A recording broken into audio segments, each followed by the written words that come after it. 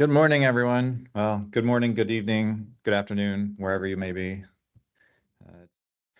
So for those of you that haven't attended previously, just if you have any questions, please post them in the chat. And then I'll try to do as many as I can live as they come in. But if not, I'll address them at the end. So we'll probably spend 20, 30 minutes or so going through all the rules and guidelines and some of the updates for Series 6. Once we get towards the end, we'll do our Q&A session, and that can go as long as there's still questions. So in the past, it's gone quite long. So feel free to drop whenever you can. This whole presentation will be recorded and will be posted in the next day or two. So that everyone can see it. All right, so let's get started here. So I can't believe it. We're already on Series 6. So it's there's a lot of balls in the air that we're juggling right now with Series 1 still wrapping up here. I know there's people are still receiving those sets as they get sent out all over the world. Those typically make it to the European market first, just because it's local to the manufacturing facility, and then to North America, and then lastly to APAC countries. But kind of unlike any other Lego set, there's no real release date. Like, we have an internal release date just for process reasons, but as soon as they're produced, they get sent out. So you'll see some markets receive them faster than others. So to get started, we'll do a just quick overview of the series. So again, this is all on the website, so you can take a look at it.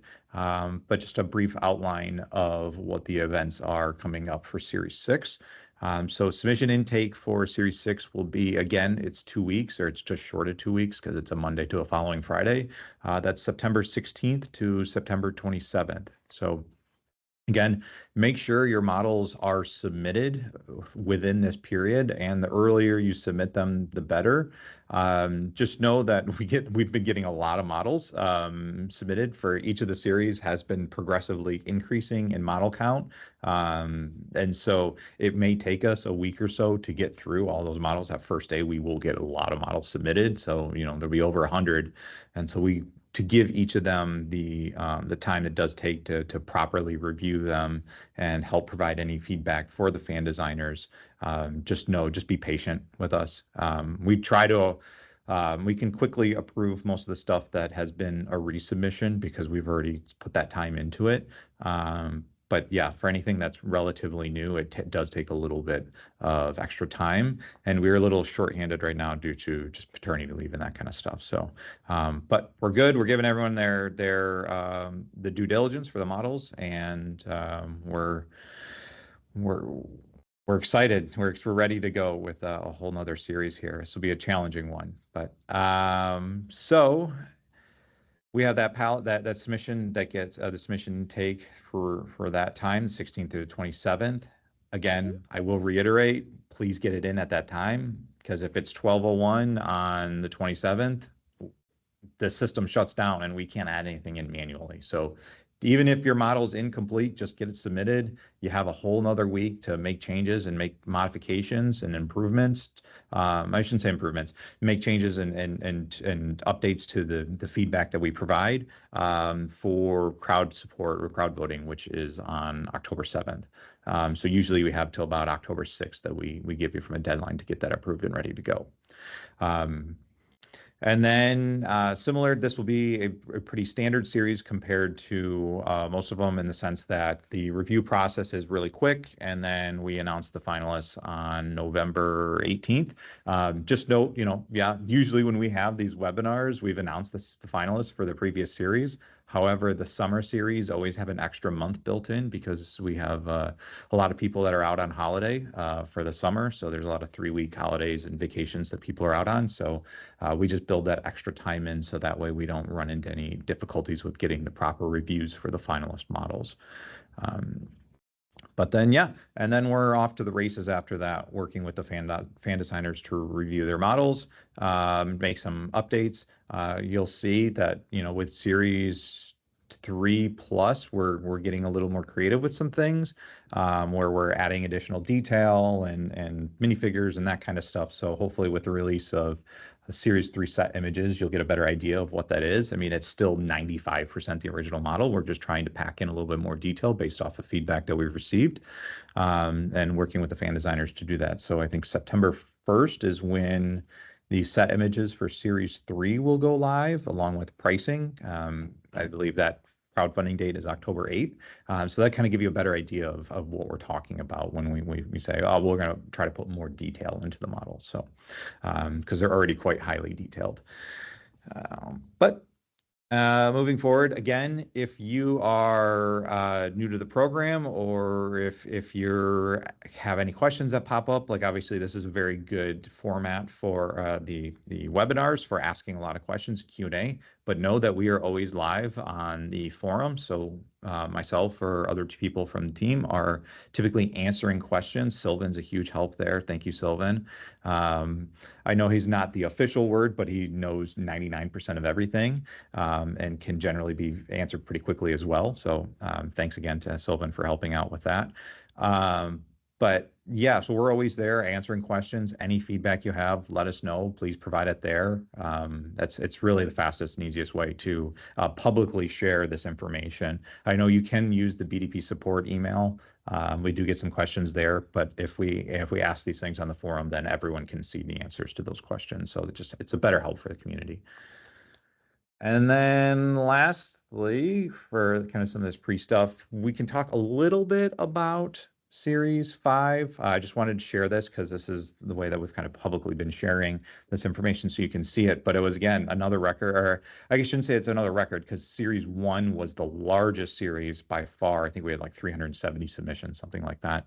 But it was a little bit of everyone throwing everything in that they had built up for years and years and years. Now, obviously, the shelves have dwindled a little bit from mock design. So, but again, very strong, 305. That's a lot. That's a lot of submissions.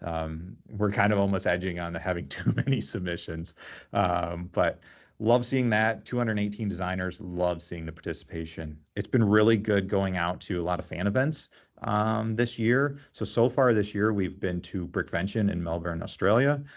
We went to BrickCan in Vancouver. We went to BrickFest Japan in Tokyo, or it's not Tokyo, it's in Kobe. We went to BrickRoll Chicago. We'll be going to Brick Slopes in Salt Lake City in August, and then I'll be going to Scareback as well in Denmark in the end of September. So we've got quite a bit of fan events that we're trying to go out to, trying to recruit fan designers, getting people more. A lot of the fans that are out there that are participating in lugs or at fan conventions, and letting them know, hey, these submissions that you have, please bring them over to BDP. We'd love to have them participate in the program. So again, it's also another way for, we'll bring models out so you can see. So in Chicago, we had the Series 2 models live in person, and I think crowdfunding was going on at the exact same time too, so you could see the models in person and actually kind of order them right then on the spot, which is unique from a timing perspective. But it's also really cool just to show the models in person so people can see those, maybe 5 months before they're actually going to be in their hands. So it's always a lot of fun seeing them. And then if you do come to any of those events, we typically live build them there. So if you ever want to help out with that, you can do that too. But again, yeah, a lot of submissions for this series. I guess surprising, not surprising, was that medieval kind of reigned king this series. And that's probably no surprise due to the Wolfpack torso being included for that series. So there was a lot of hype around that. And so I think that drove a lot of seeing so many castle submissions come in. I'm hoping that wasn't based off of seeing 2 castle finalists for Series 4. Like I said, and I've said this in a couple interviews and other things that we've done, is that was an anomaly, and that is not normal. Please do not take that as indicative of how we will select moving forward. Typically, we pick 1 model from each of the series as we work down the list, and then we also have to factor in part count. So, We've talked about this before, but I'll quickly do it again. For Series 1 was very cookie cutter in a sense that we kind of hit everything that we needed to do from a size standpoint where, let's say Mountain Fortress was the largest set and or we'd say we go to the top of the list for voting. Mountain Fortress is there, 4,000 parts. Okay, Castle and 4,000 part are now crossed off. Then you go down and we say, okay, well, we have a really large set. Now we need a small set. Let's go and see where's the smallest, highest voted set. Okay, that's Snack Shack. Perfect. Cross that off. But Snack Shack also doesn't really fit a theme per se, so it's kind of ambiguous. It's there, so we're not going to block anything off from that standpoint. It's not really a vehicle. It's not really a building. It's unique in its sense. So then we go back all the way up top to the top of the list. All right, Parisian Street's there. There's your 3,500 part set and your building. Okay. Now we go down the list again. Old train engine shed. Hey, Maria, see you here as well. Congratulations. Wonderful set. And so we say, okay, trains now off the table, and that 2,500-ish part sets off the table. So now we got to find something to fit that 2,500 part average. So that means that last set has to be somewhere in the 1,600 to 1,800-ish part range, somewhere in there. Go down the list, and it can't be castle, can't be train, can't be building. General store. There we go. So that's literally how we select the process. It goes all the way down. Now, this is why I always say when you're submitting, please think or keep in mind that, if we have multiple really small, highly voted submissions, we could do 4,000 part sets. It's just we have to hit that 2,500 part. And it's hard to hit that if we don't have smaller sets to equal out the weight of the larger sets. Or you see something like Series 4 where the highest voted sets were medium-sized sets, and then we just kept going down. It was a bunch of medium-sized sets, so you end up with a series of mostly medium-sized sets because when you get done, all of a sudden you don't have a large set that can offset because you're already skewed towards the middle. But yeah, so that when we are selecting finalists, or when you are thinking about your design, know that if you're submitting a 4,000 part set, I don't want to say that you're limiting, but you have you have a lot more competition that you're up against. So you're already competing against everything in your theme, but you're also competing against all the largest parts, largest sets in there. Whereas if you're in that medium level, that 2,500-ish, you can almost pretty much be included regardless, because you're never going to detract or add to that average part count. You're right in the middle, so it really wouldn't move the needle very much. So, and also we'd love to see more small sets. The small sets haven't been getting a ton of competition. So if you're looking for something, that's a great area to be, is those small sub 1,000, or maybe let's just say 1,300 and below. If you're in that area, that's a really good place to be too, where it just hasn't been as much competition as, let's say, the 4,000 part. It's also a lot less time commitment.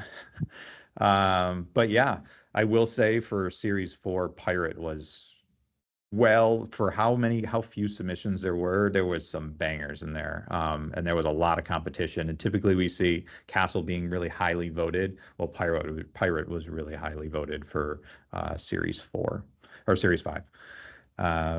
But yeah, really cool breakdown. It's great seeing sci-fi fantasy start to get more submissions, as well as kind of that floral nature animal category. That's also been really increasing in quantity as well. So good to see that. Good to see things that are also, I know the fan community says it's all castle, it's all buildings. Well, please, we can only select finalists for models that are submitted. So it's good to see some of those other categories start to increase.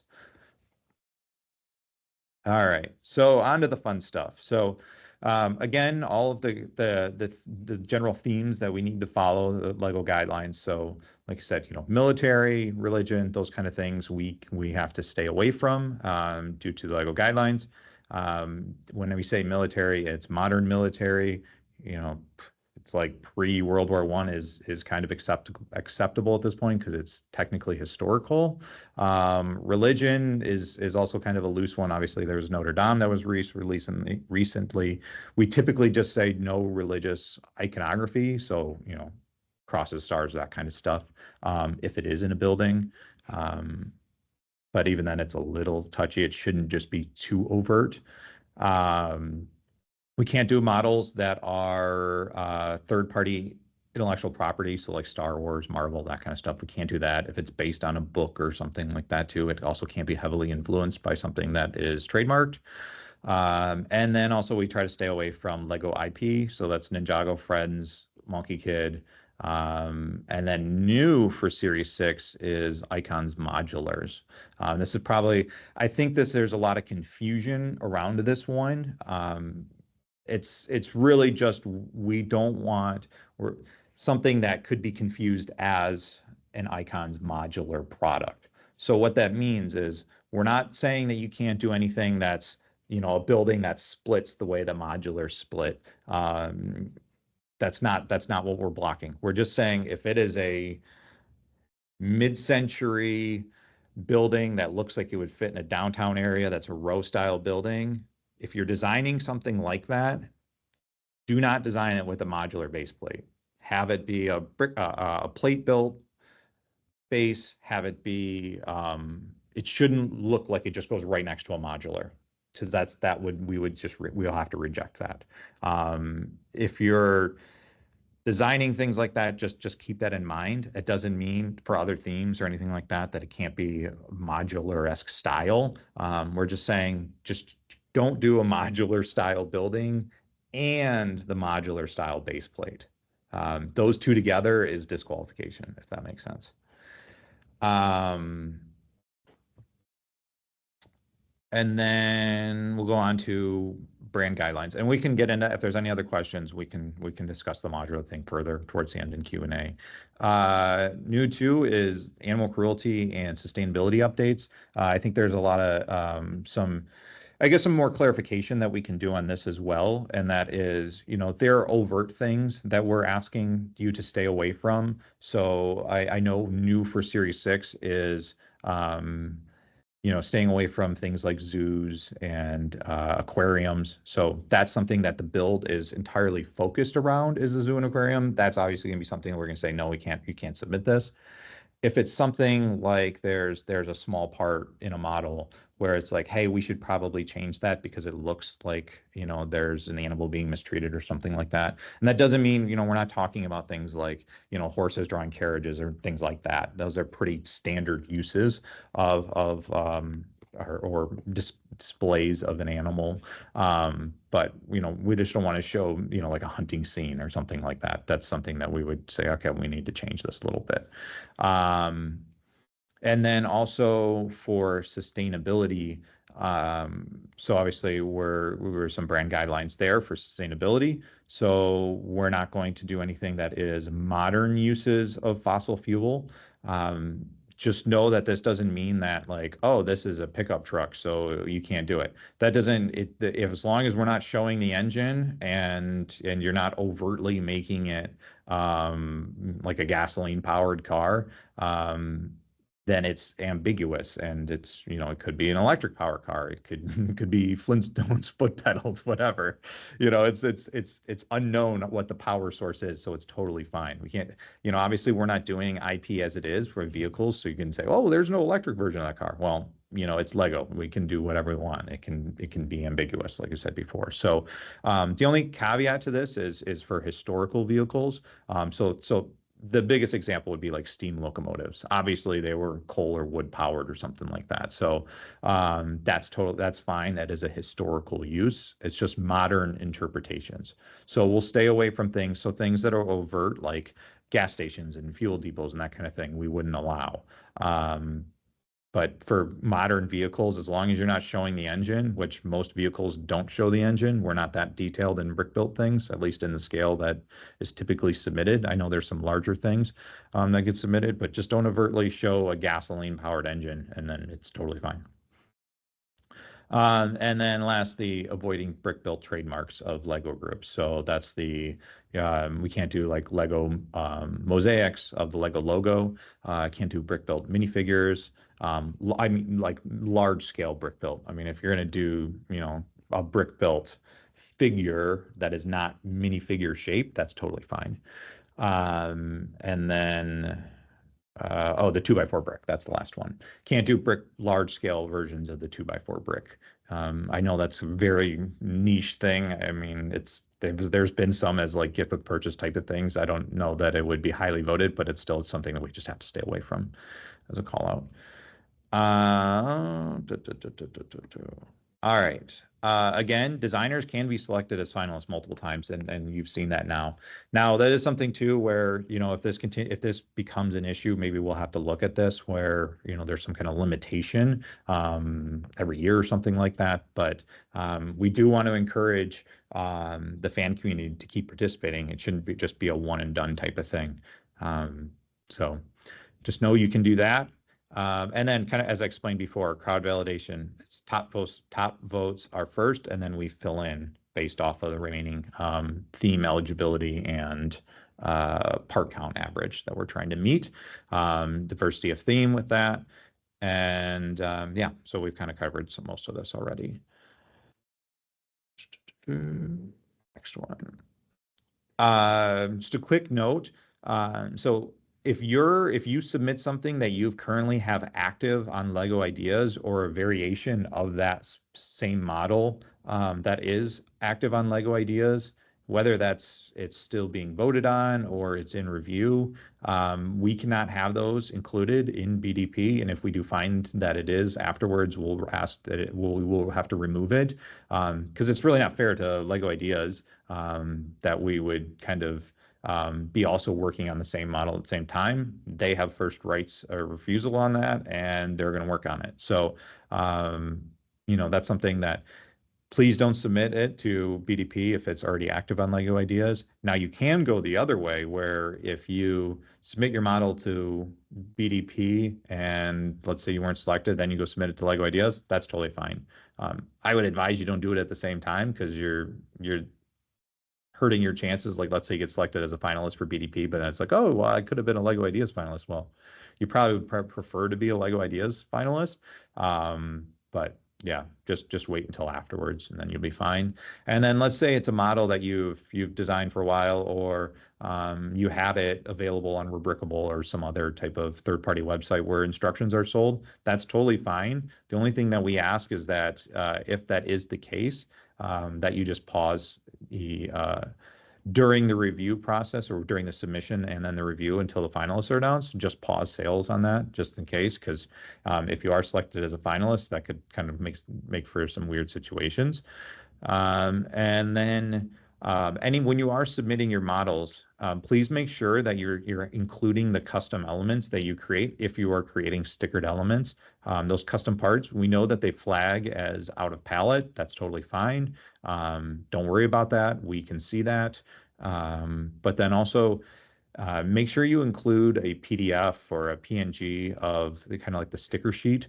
It doesn't have to be anything pretty. You can literally just copy and paste all of the sticker files or image files that you've used onto a single page. Doesn't matter what it looks like. Doesn't matter what the layout is. It's just so that we can quickly review what all the stickers are instead of having to dig through the models to check them. And then also note that all of the instructions and the stickers are redesigned by Lego graphic designers. So there's if you're thinking, oh, I don't want to do stickers because I'm not very good at designing or anything like that, just know that they are rough and they're there just to kind of convey what your idea is. And then we work with a Lego graphic designer to Legoize that detail. So whether it's a portrait or whatever it could be of a minifigure, that'll all get fixed and improved. You just have to kind of show us what that idea is. And it also helps really differentiate your models if you do include them. So please don't let your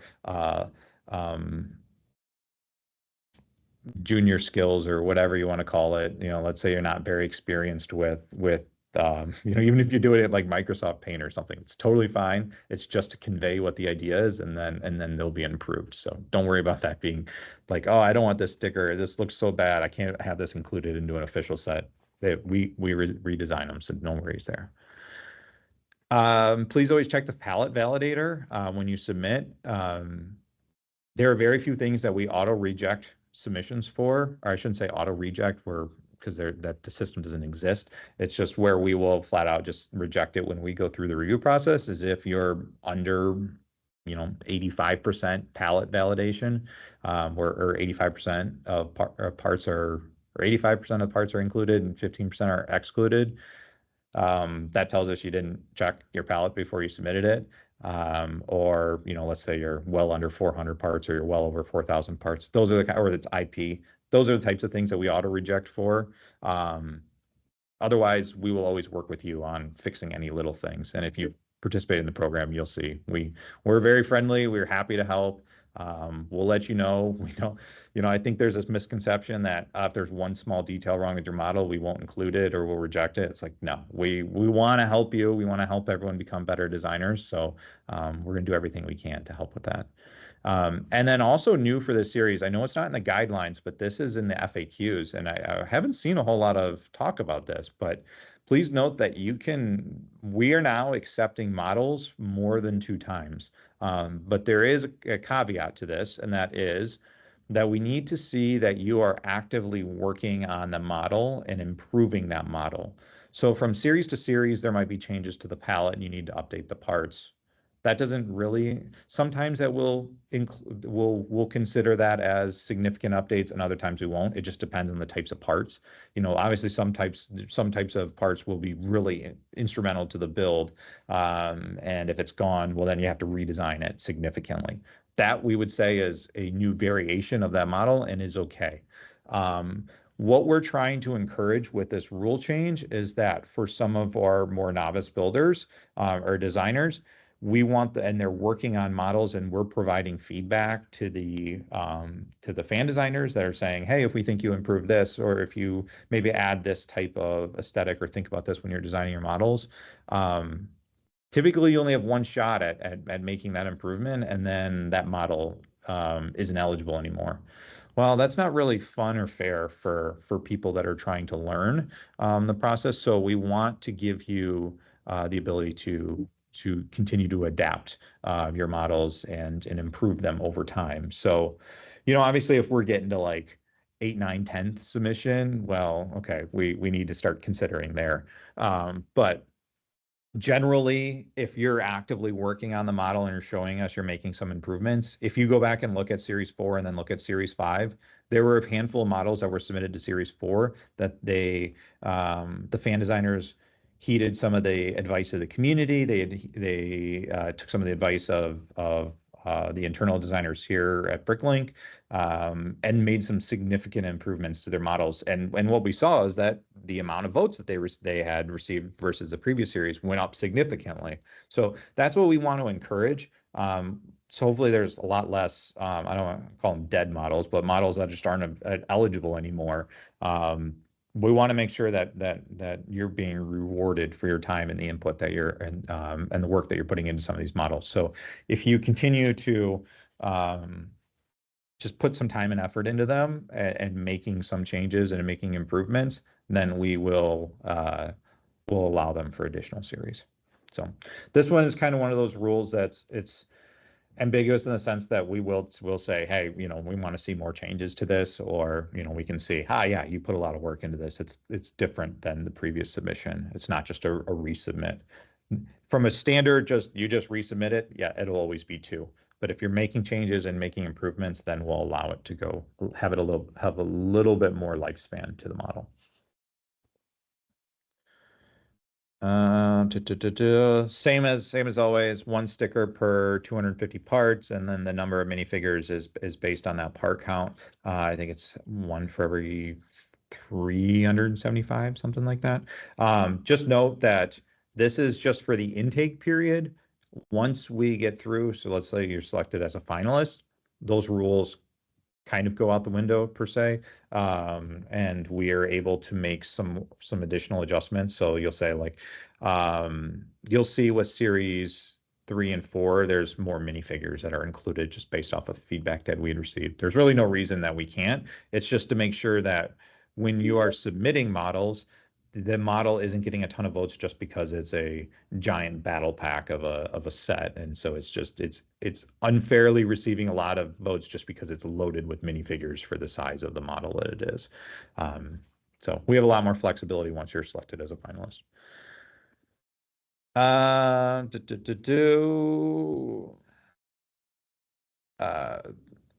So just an update again. So we have added a couple of additional countries. So I think these were available through Series 1 as well, Singapore, Malaysia, and Lithuania. But no, we can only submit or we can only ship BDP sets to countries that are currently supported by Lego.com. So I know there's some confusion as to, well, BrickLink operates in my country, but I can't. Why can't I purchase a BDP set? And that's the cause. It's because we have to. Our product is supplied through Lego.com and not BrickLink. So BrickLink doesn't actually operate in really any countries. It's the actual BrickLink users that are operating within that country. So. And then also for designs where they have multiple instructions, while that's cool, and if let's say you were a finalist and you wanted to do something like that, you created a different version of it that you released on your own, that's fine. But like we don't, we have enough on our plate as it is to not have to do two different versions of the instructions. That's a lot of work. So for other things like Creator 3-in-1, whatnot, that's their thing. But yeah, we just don't have the resources to be able to build multiple versions of the instructions, and then also test build and all the other things that go along with that. And then also, this is something I mentioned at the very beginning, but is keep in mind part counts and how much you have in your model. A lot of unnecessary detail. People think, oh, I can make this super detailed. Well, just know that I think our fans that are voting on models are they're very smart, and that when they're looking at models and saying, well, this is a 4,000 part, I'm just going to use modular, for example, just because this is something we've seen a lot in the past. It's a 4,000 part modular. Well, what does that translate to from a cost standpoint? Because people are going to be like, I don't want a $400 modular, especially if it's on a 32 by 32 base plate. Like standard modulars are 230, I think now, 220. But they're going to say that doesn't make any sense. That's twice as much. And so you'll say, wow, this model is incredible and it looks really good. But I think some of the fan community looks at it and says, well, I'm not going to vote for that because it's going to be way too expensive. And so those are types of things that you might want to keep in consideration. Think about the audience or the fan community when you're designing your model and say, is this something that I would purchase at, let's just say you use 10 cents per part, it's kind of the average, you'll see that that's not really in play with BDP sets, but there's a lot more that goes into it than that. But just use that kind of as a ballpark and say, like, if this is 3,000 parts and this was $300, would I buy this as a set? And that'll help you gauge from a design standpoint where you should be. All right. Again, please don't remove arms or legs from the minifigures, the hands. We can't swap those out. We have to use the parts as is. Again, because we don't have any custom elements, we just have to use the parts that are currently active. No designer names in the model stickers or personally identifiable information. This is something that you can't have two pieces in there. So I'll call out Nicholas on this one. So for Merchant Boat for Series 4, I think he had his initials and his birth year as like the boat ID. We can't do that. So you have to change one or the other. Like one piece is fine. I think Maria put her birth year in Old Train Engine Shed, which is okay. You can't just have multiple. So, and then also we just can't put your actual name in there too. That's a big problem. Confidentiality things there. And then also, while many of our customers and whatnot may speak English or may be from English countries, we prefer that it is a majority of iconography on stickers rather than being English, just to be a little bit more inclusive. So you'll see if there's a ton of English from a sticker standpoint, we'll typically try to change that around so it is more iconography. But that is also just something you can do on your end. Just to be aware of that, because if it is overly reliant on a lot of English, that could cause some issues. I'm going to reiterate this one again, because I know this is something we get every series and a lot of questions on, is studs and technicals. I know Lego has done it officially in a few sets. I think most notably of recent, the X-Wing, the UCS X-Wing had something like this, but it was only, you can only have one stud in there, and that's the only thing that can be there. It can only be purely decorative. You'll see this on the top of Ocean House, I believe, has it used in the correct manner, or at least the way that we're allowed to do it. And then also the 2x2 round tile. The element has a hole in the middle of it. It's sized for Technic elements. It's not sized for studs. The stud does fit in there, and it's widely used that way within the fan community, but that is something that we are not allowed to do internally. And so that's something that we always have to work with our fan designers, finalists, to modify that, to find a different solution for that use case. So if you don't include it, we'd be really appreciative, because this is probably the biggest one that we have to fix every time. And then anytime there is a cantilevered element, please just put support underneath it. C-clips and friction elements, or hinge elements. If you have a lot of weight cantilevered out over, we can't just rely on that connection piece. We need something there to help support that connection. And that's it. So I know obviously we start submission intake for Series 6 on September 16th, and we can get into our Q&A here. So if you have any questions, please put them into chat. I will kind of go up to the top of chat and then look and see what we have. So Jonah said, I do have to ask, who would be confused? Those who buy from BDP already know that it is an official modular. Well, see, and that's exactly the point, is that if it was only people that knew about BDP, then that wouldn't be a problem. But the amount of people that we have that ask about BDP sets that aren't familiar with BDP is where we run into the issue. And obviously people that do buy modulars currently, that group doesn't fully overlap with everyone that buys BDP sets. So it's really just a way for us to provide some breathing room for the modular team, and to just not fully copy their, I guess, IP, you would call it. So it's just a way for us to kind of separate the two. And then two, it's kind of unfair in a sense that you are leveraging all of the, I guess, kind of the theme that they've created. It's the same thing we do with Ninjago and Monkey Kid, or Friends. It's, it is essentially IP that we don't want to leverage because it's currently active. Whereas, Castle and some of those things are not as active in a yearly release standpoint. Yeah, there might be some releases that come out, but it's not an every year guaranteed thing. So it's not active in that sense. In terms of no aquariums, does this include fish tanks?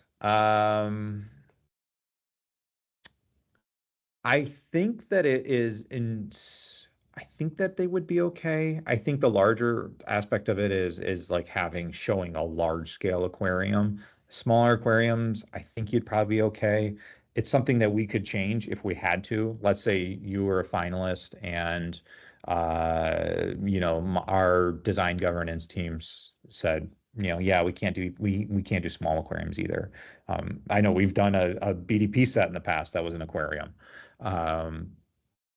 If it's just a small part of the build and it's like a small aquarium, that's fine. That's something that we could probably just make some changes to, or change it to something else. If, let's say, it was included in a house or something like that.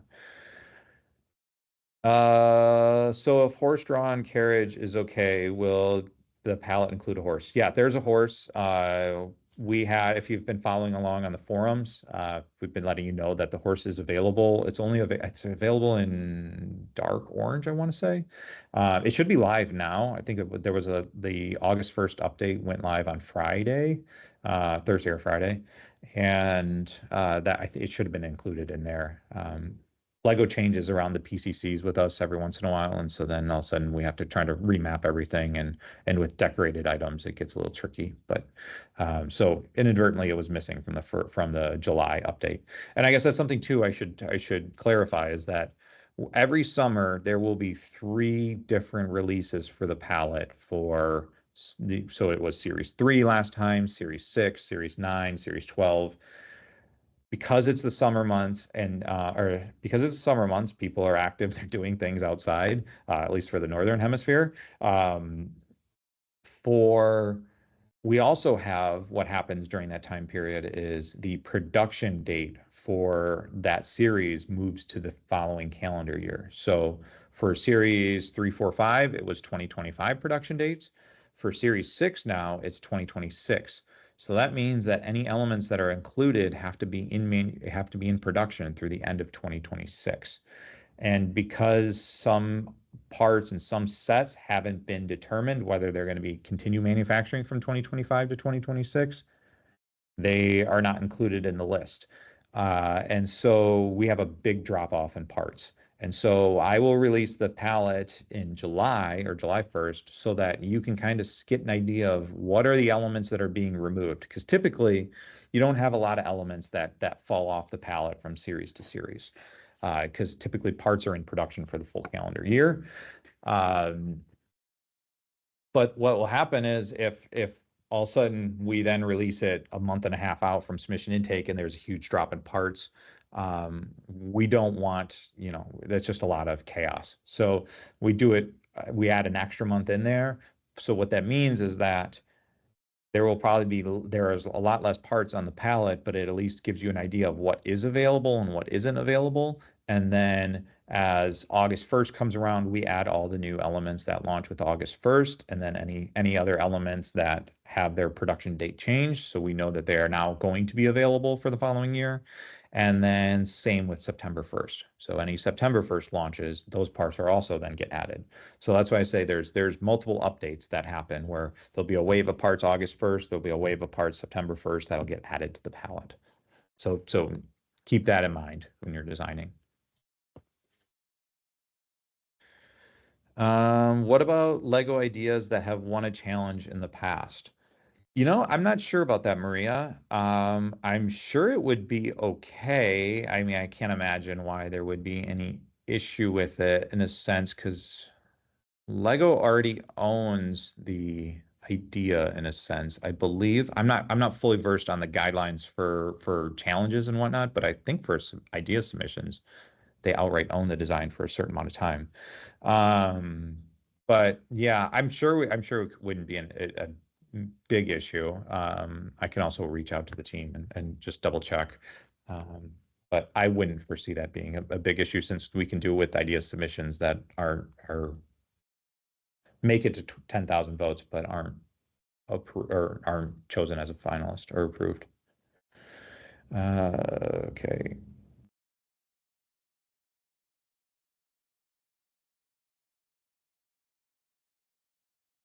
And then, okay, what did Castor say? BrickLink is more oriented towards experienced designers than Lego ideas, and it would be great if we had feedback on the refusal criteria. Your project does not interest us, or technically it is not good. We would never say that. To find out whether to improve a project or toss it in the trash. So I guess there's two ways to look at this. One, we can't provide you feedback that says your product does not interest us because it is not our choice on what interests us or doesn't interest us. We purely go off of what the fan vote is, and it's almost democratic to a fault at certain points where, people will say, there's so many castles and too many buildings. Well, that's what's getting all of the fan votes, or getting a ton of fan votes, I should say. So we can't really say that it doesn't interest us, but what we could say is if you make changes like this, or if you look at this type of model, let's say, so some of the feedback that I provided in the past is, let's say you're designing a building, and the renders that you have just show the building, and it's very sterile on the outside. It doesn't have a lot of activity. Well, that's not going to get as much votes as that same building where you show activity outside of it, where the minifigures are shown on the outside and it seems like the building is alive. If there's sidewalk, there's people walking on the sidewalk, and there's things happening. So those type of things are the things that you can do to make your project more interesting to the fan community. I know this is kind of like, I feel like this is kind of a running joke, but they'll say on Lego Masters, what's the story behind your model? Where's the story? Show us what the story is. I think that does resonate with the fan community, is like they need to see your model and see that it's alive, that has story, that has a good feeling to it. So try to keep that stuff in mind. Again, those are things that we're trying to point out in when we're providing fan feedback. Give us some time. There's a lot of models that we have to do that for, so we're trying to do as much as we can ahead of time. But again, there's 300 models. There's a lot to provide feedback on. If it's been a couple of weeks and you haven't got any feedback on your model and you would like some feedback before you submit for Series 6, just reach out to us on the forum, reach out to us for BDP support, or reach out in the actual chat for the previous series, for Series 5. Say, hey, can I have some feedback? And we'll be able to address it right there in that moment. So please, if you want anything like that, please just reach out to us and ask, because we're pretty much an open book on that as much as we can be. The palette features train wheel 57878 and wheel holder 2878, but these parts are connected by the metal bar. I think those should be swapped out. The metal bar, I think that metal bar train wheel is coming back. So just use it as is, and it'll be, we'll use one of the versions, but I think the metal bar version is coming back because it's actually better from a friction standpoint, from a rolling resistance. It has less wobble. The other ones tend to wobble a little bit. So the ones that just clip in. But yeah, just go ahead and use them as is. Sometimes we have to be a little creative in how we're using parts, just because, like, I think right now the metal bar isn't showing up in Studio for some reason. Maybe it is. I gotta double check it again, but just use that, and then we'll use whatever one going forward with. Not a problem. Sustainability. So, i.e., can a vehicle transport coal? Is fine. All right. I don't know why you would transport coal. I mean, like, unless you're saying it's like a hopper rail car or something like that. As long as you're not putting coal in it, like, that's totally fine. I just don't know why you need to tempt fate with transporting a giant lump of coal. You could say that they are, I don't know, put something else in there, put sand, I don't know, put something in there so it doesn't look like coal. I think again, you're just pushing buttons to do that. With regards to fossil fuels issue, is this a specific to BrickLink thing, or does this came directly from Lego? So these are updated guidelines that internal designers have to follow as well. So this is, yeah, you'll see. I mean, this has kind of been a thing for a little while, where if you look at any of the Lego city sets, if they have a car, it's supposed to have, like, there's no gas stations. They're electric charging stations is what they've included with their city models. So this isn't just specific to BrickLink. It's a whole Lego portfolio. So if I had designed a modular with sidewalk, removable floors, and lampposts, if I change the base plate to 16 by 16 plates, would it be fine? Yes and no. I feel like you need to do more than that, than just, like, make the base plates larger. I wouldn't just go with like 4 16 by 16s, because then it's 32 and it's literally just plug and place. And I get, like, obviously, like, don't have the modular connection points on the side. Don't change around the base a little bit more so it doesn't look like you just straight change the base plate out to 16 by 16s. Like, it should overlap the model on the sides. You'll see a lot of buildings where they're just kind of more freestanding, like General Store. General Store is a great example. Parisian Street, another example. I know it's not a modular, but the sidewalk and the layout is just different than how a modular would be set up. So if your building is kind of that standard modular design where it's 3 stories downtown front looking building, change the sides around, build stuff on the side, just make it not look like an exact modular. I think I've read in the guidelines that in the instructions, you should add a max of 5 different parts per step and no more than 10 parts in total. So again, that's just it's a guideline. It's loose. The instructions stuff is more just to make sure you don't throw a bunch of stuff in one step. We had to put something in there. There are certain steps where it makes a ton of sense to have more than 10 parts in there, especially when you're doing a bunch of, like, 1 by 1 detail. That's totally fine. 5 different parts, it's fine. You'll see Lego breaks these rules all the time. Um, those are just in there more as a guideline, so you don't have to follow it. We're not gonna reject your model because you have 6 parts in a guide in a step. Like that's not. We're going through and looking at the instructions so that we can check the build flow and make sure that the model is buildable. That there's not like a ton of or a ton of assemblies or builds in the model that wouldn't be possible. We're following along and looking at it just to kind of see what's the build process, how does this set come together. Second part of that is saying I'm designing a building right now with a small tiled floor, maybe 15 to 21 by 1. Perfect example. Yeah, you can do as much as you want in one step. I think like a good example of this is there was the Jedi, was it called Jedi training on Dagobah? It's the Luke Skywalker on Dagobah training scene where the X-Wing's coming out of the swamp. I think one step had like 150 trans green 1 by 1 tiles in it. Totally fine. Like that's just the most efficient way to do that. And obviously you don't want to put a ton of parts in one step, but that's a ton of one element where you're tiling something off. I get it. Tiling's very tedious. So having a million steps for that also doesn't make sense. To break something into 100 steps to have 5 parts in each step. Just you can break it into chunks. That's okay. For challenges, they own it forever, so that I think it'd probably be fine then. But again, I'll double check on that, Maria. Is there an easy way to see what's added in the August and September palette update? Yes, there is, and you can thank Sylvan for that. Sylvan puts links, so he copied them below. So good. Sylvan's already on it, of course, naturally. You're the best, Sylvan.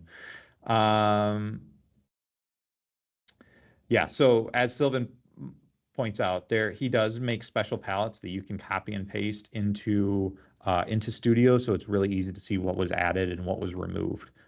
It's basically like making a custom palette. They show up below right now you'll see series 1 through 6. I think there's a line break, and then below that will be your custom palettes, and that's where they'll show up. And Sylvan has a little outline of how to do that. So. I was told to either remove my custom minifigures or take out one of the buildings. How can I keep both? I'm not sure what that's in reference to. If you can provide more clarification on that kinematic, that would be helpful. Without knowing the specific situation, I can't really comment on that further. Is there a particular reason strings without studs and rubber bands are not allowed? That's just because I think it's something to do with like fabric elements too. They're externally produced, and there's some issue with sourcing them and the way that the manufacturing happens. Either way, we can't have them. The only thing we can have is string with the molded studs in them, because that's something we do internally. Put these in Q&A would be a goat pulling a small cart be against animal cruelty? No, animals pulling stuff is fine. It's standard use. We're looking for things that are like animals like hung up or strung up in in like a hunting lodge or something like that. Those are the types of things that we're trying to avoid. For clarity, you are saying the BDP team now provides specific feedback to the models for the designer for models not chosen in a series, or is that only during intake? We do it during intake. We try to do it as much as we can during intake, but we're also trying to do it after the finalists have been chosen. We'll try to go through. Sometimes, there's a lot there, so we're trying to add. Hopefully we get everyone. If we missed you, we apologize. Please, send us a message, and we'll provide you that feedback. But yeah, we're trying to do it for every model as well at the end of a series after the finalists have been in. I shouldn't say after the end of the series, because even series 1 hasn't truly ended yet. But after the finalists for a series have been announced, we'll try to post that in there as well so you can see it. If I live in Costa Rica, I can't participate in BDP. No, that's not true. You can. You just won't be able to buy BDP sets in Costa Rica unless you have a friend or family member that lives in a country that is supported by Lego.com, and they can buy it for you and then have it shipped to their house, and then they will ship it third party from their house to your house in Costa Rica. But no, you can participate in BDP from any country as long as it's not currently sanctioned by the US. So I think those are like uh, Syria, Iran, Iraq, Libya, that kind of stuff, North Korea. So it's very limited countries that can't participate. Um, then would mining equipment fit within the guidelines? Mining equipment's fine. That shouldn't be an issue. Um, as long as you don't make it like you're mining coal, just something like just stay away from coal if you can. Like you don't need to just proactively make it something about coal. You're just tempting fate there. I still don't quite understand the reason for excluding modulars. It is so, yeah. Again, I've covered the modular thing quite extensively at this point. It's again, we're just trying to differentiate from a product already currently provided by the Lego Group. I submitted an idea for a town, and Lego repeated to either remove my minifigs or take out a building. Is there a limit for minifigures? Oh, are you saying that was for Lego Ideas? Maybe it was for Lego Ideas. Because I can't imagine. I don't remember this for BDP. Is there a limit for minifigures? There's an amount of minifigures that you're allowed to submit with. That's in the guideline stage. It shows you if you're within like 1,500 to 1,800 parts, there's X amount of minifigures you can have. That's in the submission guidelines. You can see that. There are also a lot of sets, both BDP and ideas, that are submitted as modulars. Maybe it's just a bit too much of a similar thing. Yeah, again, we're trying to differentiate a little bit. So if someone comes up with like a BrickLink Boardwalk style, this is what the BrickLink version of that's going to be, have at it. We'd love to see that. That would be really cool. But yeah, we're just differentiating ourselves from, or trying to differentiate the product from the current Lego Modulars theme. Is it okay to use a sticker representing an old Lego theme like Johnny Thunder? Yeah, Johnny Thunder's fine. I think Johnny Thunder should be available now in the palette. The torso should be available, I'm pretty sure. My idea for the Series 6 is an old school video store and includes stickers and movie posters. Yeah, that would be fine. Old themes are totally fine to do. I would love to see that. I'm sure that'll be a really cool build. I think it just moved around somehow.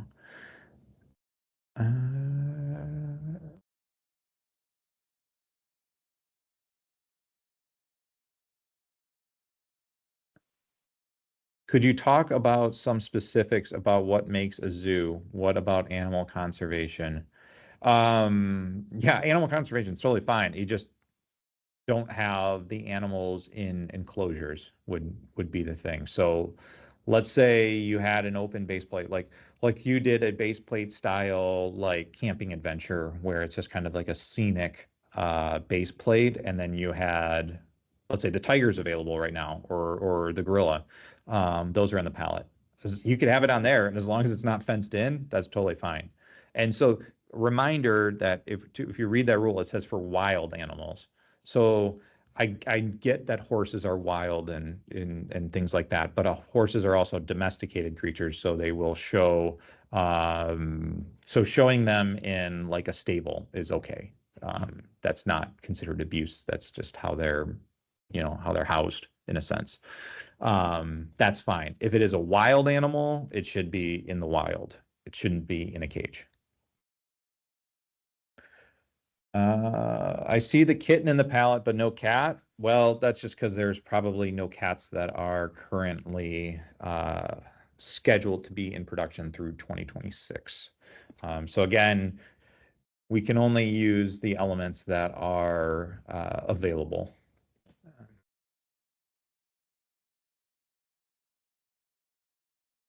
Let's see, keeps moving around. All right, I think that's the end. If there's any other questions, oh wait, I think I see something in Q&A. Let me double check there. Just make sure. Yeah, there's a whole bunch over here. Sorry, missed these. Um, so Stefan, hey Stefan, good to see you. Uh, will more minifigure torsos be added to the palette? Yes, they are. There's a handful. I think there's like three that we don't have yet for the August update, because we have to get the actual decorated elements available. So we should hopefully have those up this week. The decorated elements take a little longer. So like the decorated elements from the latest, what's the World Travel set? What was the set from Lego Masters in the US where it's the airplane and like travel? I think it's called Travel Moments. Like the decorated elements from that will be available. The decorated torsos from, oh, there was a set this summer. I'm trying to think of what they're from. There's kind of like a ticket taker looking, like a teal, I think it's teal or dark turquoise, torso with a vest and a tie. That's coming. All of the city construction, like safety vest, those are coming. Um, so yeah, you'll see some of those types of torsos be added. But yeah, unfortunately there's not a lot of pirate, and castle's also starting to dwindle down. So yeah, torsos is always the biggest challenge, especially with the summer series. And this is why earlier in the webinar I said Series 6 is hard. Series 3 was hard. Series 6 is hard because you have very limited torsos and elements to work with. Whereas like Series 5 had almost a full year of parts ready to go and launch with it. So you had a full calendar year of parts. So it's the most parts they were ever going to have available for any series. So like Series 2, 5, 8, 11, those will always have all the parts, or the maximum amount of parts that we could have. So yeah, they will be added September. I think there might be a couple more. I haven't looked yet at what the September parts are. But yeah, we should have some additional parts coming. How greatly does the fan vote portion weigh in on a project being chosen versus the build itself? It's 100% the fan vote. It does not matter what the build is, as long as the build is not something that would be a portfolio conflict or something that is against the guidelines. But the guidelines that's weeded out at the very beginning, so it wouldn't be an issue either. Sorry. So I guess it would be portfolio conflict, and let's say there's just as we did a more in-depth build check on it, and there was something that we just couldn't solve in a timely manner, then those are basically the only two things that would exclude it if it was all the way up at the top from a fan voting standpoint. So again, votes are king. Whoever has the most amount of votes gets the first choice in, and then, like I said, we work our way down from a diversity of theme and element count. So somebody with a large social media, the second portion of this, just because you see a lot of comments on a model does not mean that it has a ton of votes. Comments do not equal votes, and comments are not something that we factor in when deciding the finalist either. What you will see is those that have a large amount of comments are typically people with a large following in social media. But what we do know, and we follow this from a data standpoint, is we can see people with large social media followings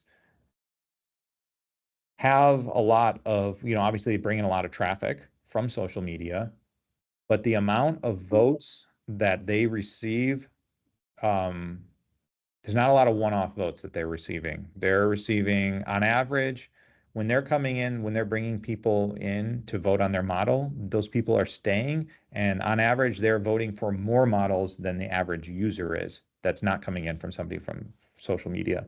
So let's say like the average person votes on like 50 models. And we're seeing if they're coming in to vote on, they're coming directly from a social media link, they're voting on like 80 models.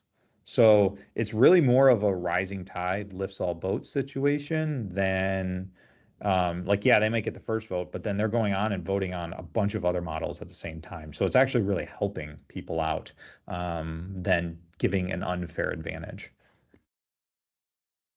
And to go on more into that, we also see that we've had a lot of winners that have zero social media at all. So that doesn't really play into it. But I guess something that can be is that somebody has a large social media. It's probably because they're a pretty good designer. And so you'll see a few designers that have large social medias, but they're just really good designers too. So that's part of it. Are modular vehicles allowed, i.e., customizable cars, planes, and boats that can swap pieces? You're getting kind of close to the creator 2-in-1, 3-in-1 type of thing. Like, sure, you can make it, you can include like, I don't know, if you had, let's say you made like an off-road vehicle and you had accessories that could like change out the bumper or like stuff stored on top of it, that kind of stuff. Like, sure, you could probably do that. You just wouldn't want it to be like, oh, you have to rebuild it. They should be things that attach and can be removed rather than um, like fully changing things out and having to rebuild the vehicle. Because then that's where we would say you can't have it set where, like, I guess a good example of this would be the Camaro. There was I'm trying to think what year it was. There was a Camaro that was released under, was it Creator or Icons, where you could make it a convertible, but then it had the hood, or you could change the colors of the stripes. Like that kind of stuff would be fine. I'm okay. That would be okay, but anything more than that would probably be an issue. But then too, again, submit it and we'll give you that feedback and say, we need to modify this a little bit. The current palette only offers a curved track by using 88492 modular track. Will the standard curve track be added back into this palette for Series 6? The train track, I got to look up what 88942 is, or 492 is. It should be available. If it's not, then I guess I don't know. I don't know what's going on with trains. I think trains is one of those things where the decision just hasn't been made for the following year yet, because we're really early in the process. So keep checking back, and you might find that all of a sudden it's there again. Is there a rule on a model based built sideways, such as the Horizon tall neck model or in the Star Wars promotional diorama sets from the last couple of years? Is there a rule on a model based built sideways? I'm not sure what that means. If you can clarify that, Fulbert. But no, I mean, it shouldn't be an issue. If it's buildable, I don't foresee an issue with it. Will we be seeing updates to the parts palace? Yep, we talked about that. That keeps updating as new parts launch August 1st, September 1st. I created a town and you've answered that one. Can designers reside outside of the 36 LEGO countries? Yep, they can. Just can't be sanctioned US or country sanctioned by the US. Some pieces are available in more colors than other. Is there any flexibility in allowing more colors for a palette piece if needed? Nope, zero flexibility in that. The pieces that are there and the colors that exist are the ones that are in production. Otherwise, they are not in production and we cannot use them. Even though, let's say, it might be in an active set. A good example of a set that's currently in production that we can't use, even though it typically would be allowed, would be the Lunar New Year sets, because they are only on shelves for 1 year. They're not on shelves for multiple years. And so therefore, any parts that are unique to that set won't actually appear in the BDP palette, even though we would be able to technically use those. I'm creating a medieval building that has a gray snake and a gray apple on the opposite sides. Would that be overtly religious? No, I wouldn't say that that's overtly religious. What about a veterinarian with a dog and a kennel? Is that still okay? I think it probably would be okay. I mean, I don't know. It would literally depend. If it's like it's set up to be like a dog carrier, I wouldn't say that's abuse. But if it would literally depend. But again, that's something that if you send me an example of it, I can share it with our design governance teams and ask them if it would be acceptable if you're that worried about it. So just, send us a screenshot to bdpsupport@lego.com and we're happy to clarify any specific individual cases. Someone asked if you had a goat pulling a cart. Yeah, again, that's not animal cruelty. Castle era modular building, okay. Yeah, that's totally fine. It's not a modular.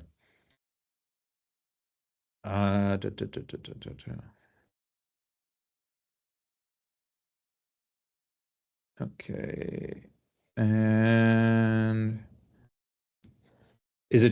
regarding harm to animals, is a chicken restaurant acceptable? What if it contains non-traditional use of a part to represent a chicken being cooked, i.e. raw chicken on a cutting board? That's totally fine. Yeah, so I think people are really reading into this animal cruelty stuff, and what it means is like don't take the chicken part. I don't even know if the chicken element, or there's like the turkey drumstick that people use as a chicken leg all the time, and the actual cooked turkey body.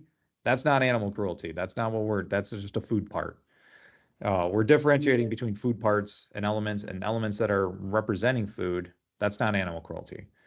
What we're saying is don't take the chicken element, let's say if it was available, and then put a knife next to its head. Like I don't know how to be any more straightforward than that. We just don't want to show like you stabbing live or cutting like live animals.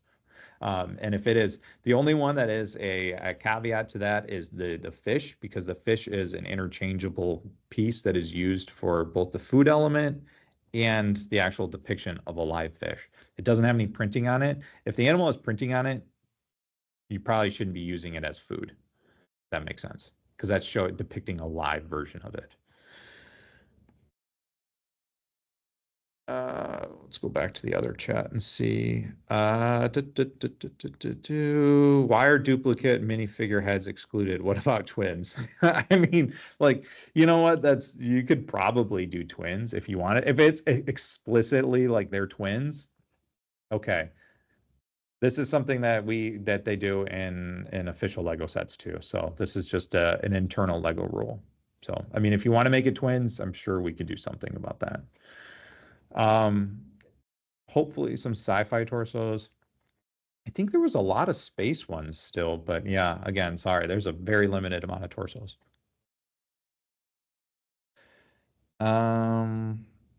What are the differences between the three voting options? Like a love it, like a +2, like it. Yeah, there's a formula for it, but it honestly, we really don't see one set that has a lot of, they basically have a comparable amount of love it's, likes, and then obviously likes and loves go up and the amount of not for me's go up.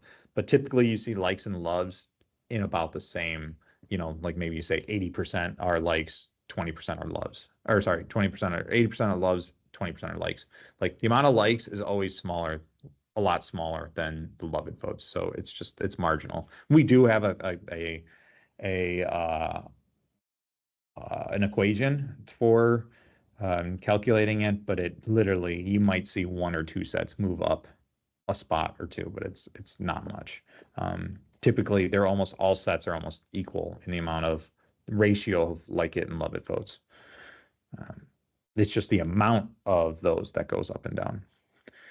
I think that's it. Is a mosaic version of a past Lego theme logo without text allowed? Yeah, I'm sure you could. I mean, something along the lines that we saw in the past was someone did a mosaic version of like the pirate map. That was really cool. Surprised we never saw that submitted again. I thought that was really, really unique and cool.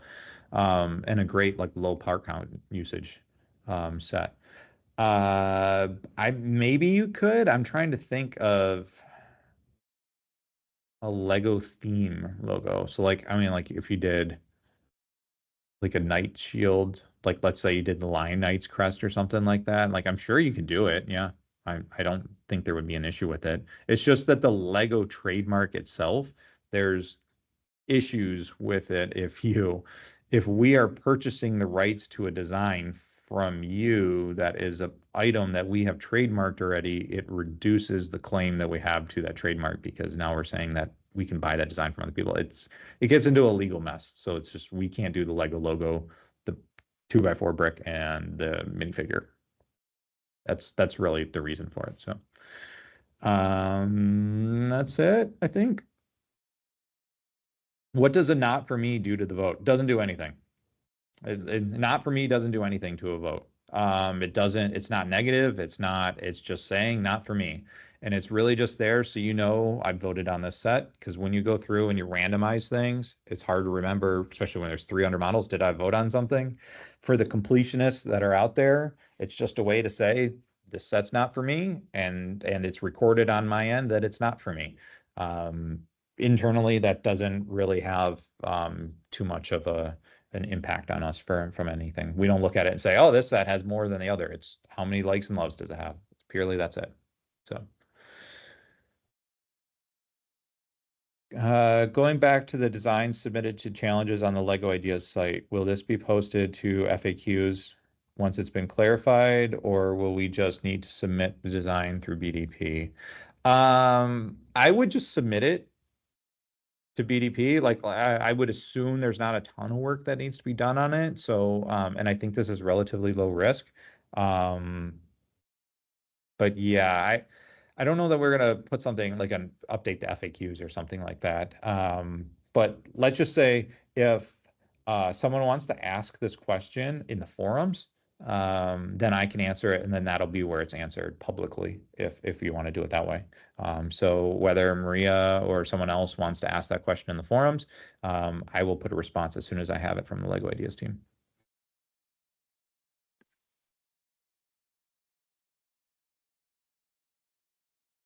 What about historic ancient religions that are not actively practiced anymore, like Egyptian, Roman, Greek? Yeah, those are totally fine.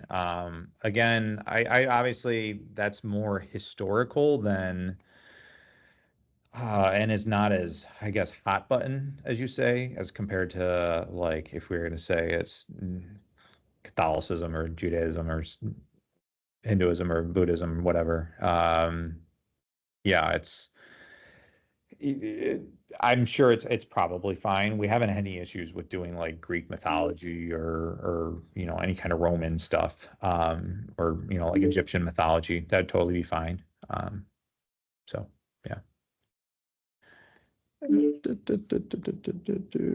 Is it okay to include loose parts in something like a brick build vending machine? Yeah, that's fine. There are certain things like, I mean, look at the botanical line. There's loose parts galore all over the place in those, for like soil and mulch and that kind of stuff. So yeah, that's totally fine. Obviously, we need to be considerate about it. I know when it says don't put loose parts everywhere. I mean, those are for things like if you're putting food on a countertop, like it should be locked in place because whenever you move that model around, things just go flying everywhere. Um, yeah, I think moving, if we were to improve, I'm going to call Stefan out on this one with Snack Shack. Every time I move Snack Shack around and the sandwich and the water bottle from the table outside fly around, I'm like, yeah, we needed to do something about that. We should have changed that table so that those elements were locked down. Those are the type of things that we're looking at. If they're kind of contained and self-contained, um, then it's totally fine. Like brick build cans that are loosely stored in Lego. Yeah, I think that's totally fine. Can we have an idea of the scale of the number of votes of the finalists? I don't want to share that just because this is a competition, and because we go off of fan votes, it's obviously there's things that we need to avoid from a fairness standpoint. So I can't tell you exactly how many votes it is, but it's significant. I mean, we've had for multiple series over 2 million votes. So there's a lot of votes, definitely a lot of votes. So it gives us a great idea. And you will see some separation, but yeah, we need to keep some of our trade secrets close to our chest so that the system can't be gamed.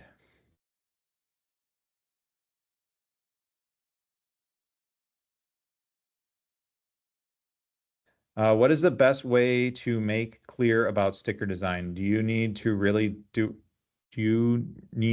to develop in a program, or can you make clear in a Word file separate?